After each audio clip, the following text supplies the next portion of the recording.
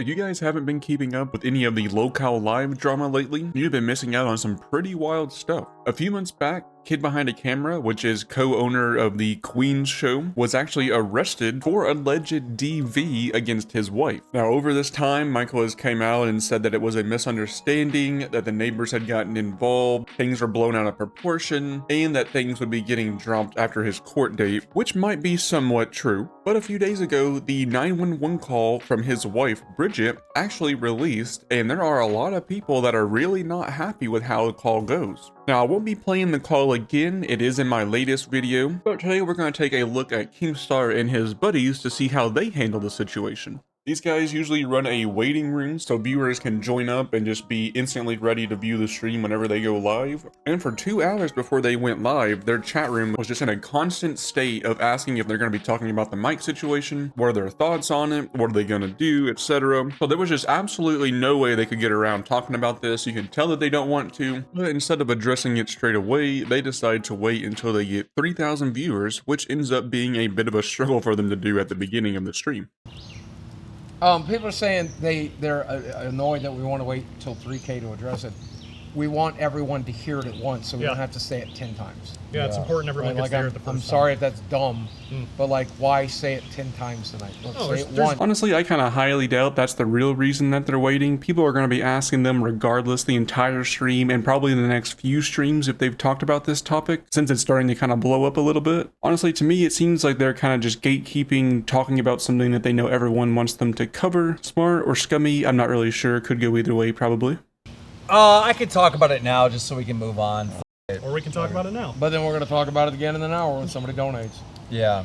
All right. Well, we're 16 minutes in, so people know we're live.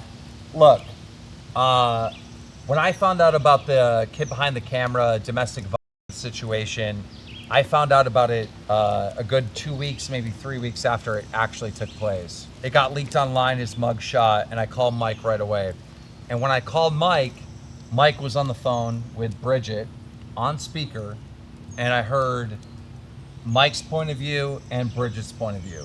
Yeah. And what I was told is Mike got drunk for like the first time at Fat Camp, right? Yep. And he decided that him and his wife, ex-wife, Bridget, would drink and have a good time. Now, Bridget, when she's sober, doesn't care that Mike is hooking up with other women. But in this drunking episode that they were having, she looked at his phone, saw he was talking to other girls, right? This is the story that they're both telling me, right? And she lost her mind. Yep. Started going crazy, started saying horrible shit to him, evil shit to him. And Mike stormed out of the house, left the house, and Bridget called the cops and lied to the cops that Mike was hitting her and all this other stuff. Then I was told that Mike came in the house and was like, what's going on? Bridget was telling Mike that she called the cops and she's on the phone with the cops. Yep. And when the cops come, they asked Mike if he hit her, and he goes, take me to jail. If she wants me arrested, then I'll be arrested. And they're like, well, did you hit her? He goes, I hit her like 50 times. Yep, I remember. You know? Now keep in mind, they're both sober 3 weeks, 2 weeks after the fact, telling me this on the phone. Yep. Bridget apparently sent a letter to the judge or the prosecutor or whatever, explaining that she lied, you know, and she was drunk and intoxicated, and they were just arguing, right? And as far as I know, everything's being dropped when Mike goes to court. So there's the story. To me, it sounds like they had a few weeks go by. They kind of made up a little bit over that time. And then as people were finding out about the arrest and everything, they had to come up with a story to tell people that explained why this situation happened. Definitely sounds a little iffy. I'm very surprised that Keemstar is aware that the call itself was released and didn't decide to listen to it himself. I used to watch a lot of Angry Grandpa videos back in the day, and I really don't know if Bridget could pull off acting like that. If she was acting and she really did make all this up, bravo to her. She has some incredible acting skills, but in the call that was released, it definitely sounded like she was terrified and needed to be away from Mike as soon as possible. But maybe I'm just gullible. But it's like, well, I can only go on what sober Bridget is telling me. I'm not going to go on what drunk Bridget is telling me.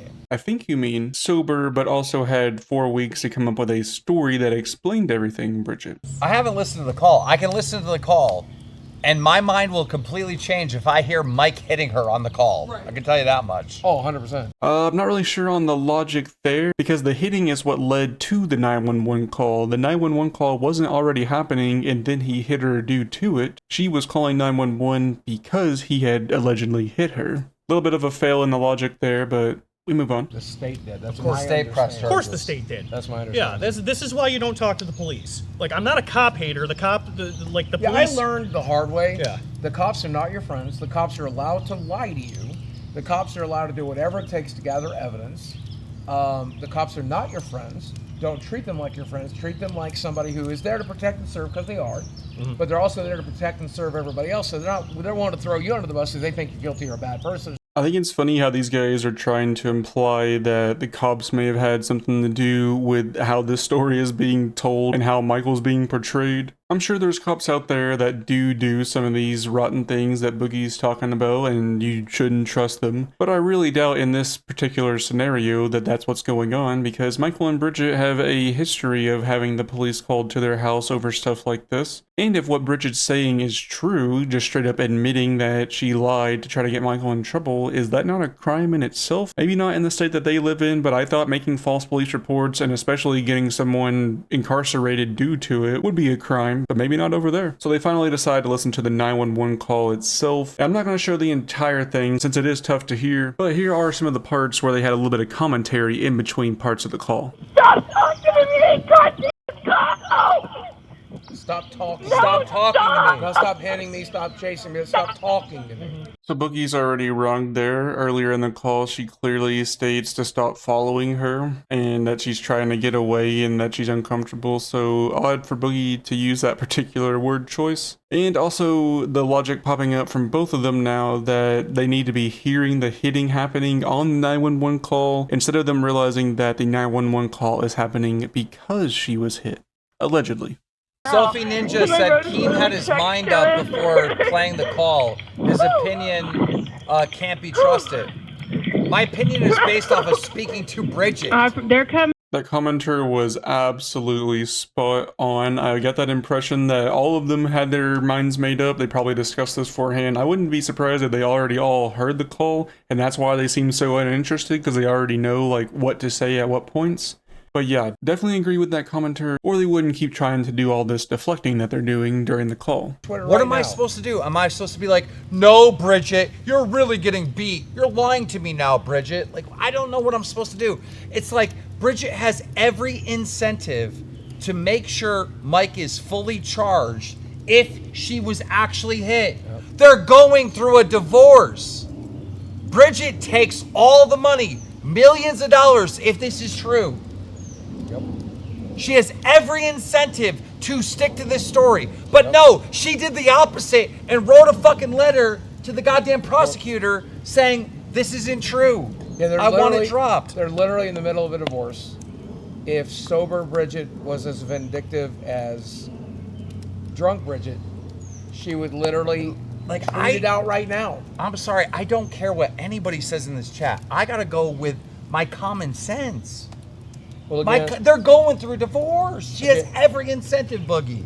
These guys keep trying to argue that Bridget has every incentive to try to drag Mike down and get him put in jail just because they're going through a divorce, and I'm not entirely sure if that divorce thing is real. I haven't really been keeping up with those guys as much, but let's just say for this argument's sake that it is a real divorce. I would argue that Bridget has every incentive to keep Mike out of jail. It's a well-known fact that their family is rich now due to angry grandpa money, and also the fact that Michael will sometimes just outright admit that he is rich. But even with them having a lot of money already saved up, Michael does run a pretty successful YouTube channel, and I'm sure the money that they get from that channel is a pretty substantial amount. But it does rely on them producing content pretty frequently. And Michael would have a pretty difficult time doing that if he ended up going to jail or prison for any of this stuff. So I'm definitely not trying to say outright that Bridget is 100% lying and that she's trying to keep him out of jail for money reasons or anything like that. But I'm just trying to play devil's advocate and just try to see the other side of things versus what these guys are trying to say. From the police report. Upon arrival, I met with Bridget. She stated that the male, later identified as Michael Green, via their online, struck her several times in the face. I observed some redness to the left side of her face. She stated she was uninjured and denied EMS. Other officers, she literally told the cops she was uninjured. Okay. Okay. If Michael Green were to strike a female in the face, Yeah, it's gonna be a hell of a lot redder than more than red. The man weighs 400 pounds. He's 6'2". You're gonna probably have a bruise, right? It's a red mark. I don't know what that means. She was drinking. What happens to a lot of people's faces when they get drunk? They turn fucking beet red. I'm telling you, if Mike hit you 5 times, like Bridget described, in the face hard enough for you to see stars or whatever, her face would look like Rihanna's. Alright, I guess I gotta give it to these guys. These latest points do make a little bit of sense. If you were hit 5 times to the point that you were literally seeing stars, there would definitely be a lot more than just a little bit of redness, and that's in the police statement. And Boogie's also correct about whenever you drink alcohol, your cheeks definitely tend to get pretty flush. At least a lot of people I know, including myself, do. Maybe not everybody, but I have seen videos in the past where Bridget is drinking and she does have the red cheeks. So there are a few things that are pointing towards maybe this was the faked kind of story that Bridget was leading everyone to believe. But these are only a few good points of logic in this overall story that these guys have came up with, and there are definitely holes elsewhere, so maybe there's a little bit more that we'll find out as we go on. Bridget would be to testify against Mike in court, take that into the divorce, and take everything. Yes. He's worth millions. Yes. Michael Green, kid behind the camera, is worth millions. This argument keeps popping up, and it is just so odd. Like they already got married. Like she's already entitled to the money. Like I don't understand what him going to jail is good for. Like and they've already talked earlier about how in the state they're in the South, the woman kind of wins out when it comes to this stuff. So if they're getting a divorce, and they have 2 kids, like Bridget's already won. She's good to go. So I'm not really sure why that same logic keeps being used. Maybe I'm looking at it at the wrong way, but I really think that she has more to lose by him going away than she does gaining. He literally, Michael was yelling, upset, and demanding we arrest him. Stewart complied with his request and placed him in the handcuffs to the rear. So even in the police statement itself, it says that Michael was demanding he be arrested, and it wasn't necessarily due to him hitting anybody. Which to me proves that he went to jail because he was asking or demanding it rather than hitting somebody and deserving to go. So definitely a point towards Michael not having done this potentially. But moving right along, these guys would continue using these same excuses and talking points for a good majority of the stream. And Keem kept mentioning that he was eventually going to get Bridget on a call so she could give her side of the story. And to my surprise, he actually managed to make the call happen. All right, we're calling Bridget. Hello? Hey, Bridget. So my entire chat is saying I'm sweeping because I tried to explain to them. I talked to you and Mike about the situation, and you guys told me what really happened. And I said, Mike's not a bad guy. So